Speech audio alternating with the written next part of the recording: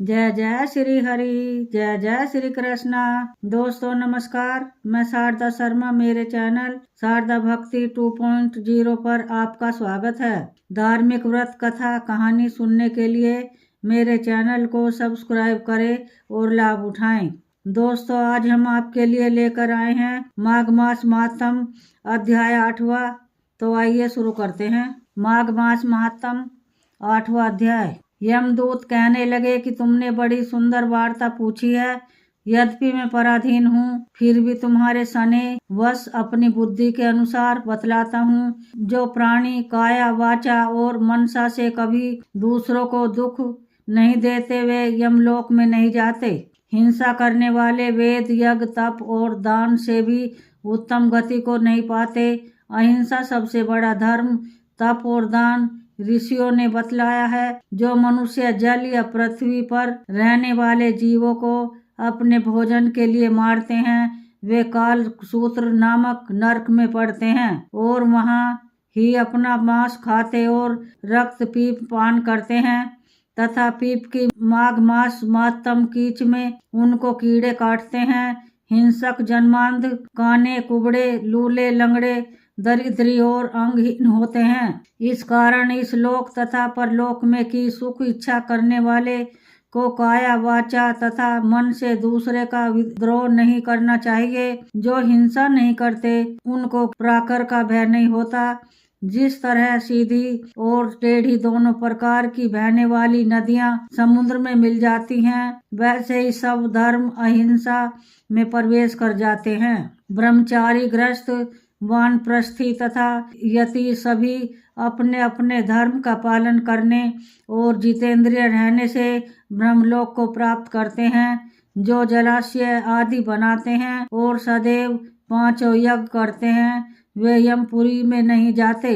जो इंद्रियों के वशीभूत नहीं हैं, वेदवादी हैं और नित्य ही अग्नि हवन यज्ञ का पूजन करते हैं वे स्वर्ग को जाते हैं। युद्ध भूमि में का जो सूरवीर पर जाते हैं वे सूर्य लोक को ले प्राप्त होते हैं। जो स्त्री शरण में आए हुए दोह तथा ब्राह्मण की रक्षा के लिए प्राण देते हैं रते वे कभी स्वर्ग से नहीं लौटते।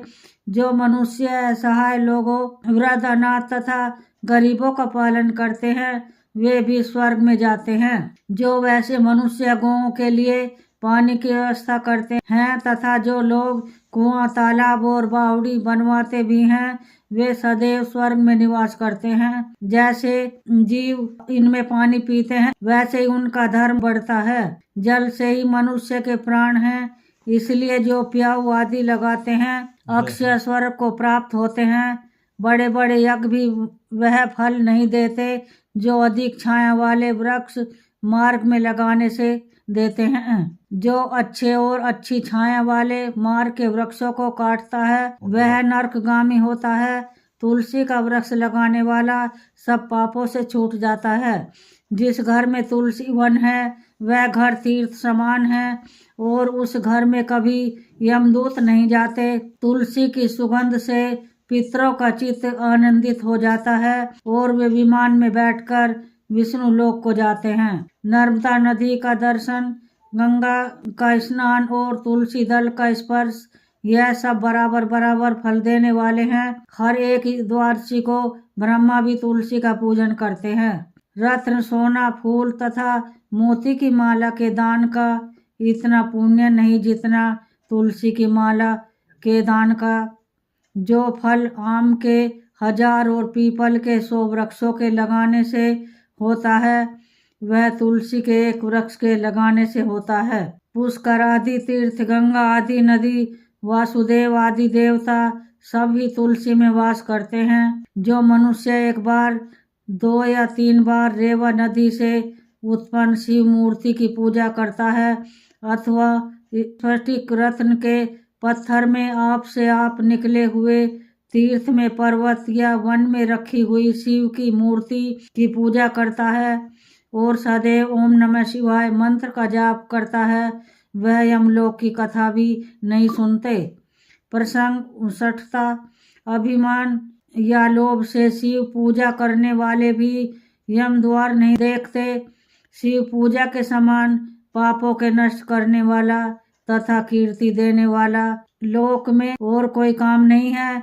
जो शिवालय स्थापित करते हैं वह शिवलोक में जाते हैं। ब्रह्मा विष्णु तथा शिव का मंदिर बनाकर मनुष्य वैकुंठवासी होता है। जो भगवान की पूजा के लिए फूलों का बाग लगाते हैं वे धन्य हैं। जो माता पिता देवता और अतिथियों का सदैव पूजन करते हैं वे ब्रह्मलोक को प्राप्त होते हैं। माघ मास महात्म 8वां अध्याय समाप्त हुआ। जय जय श्री कृष्ण, जय जय श्री हरि।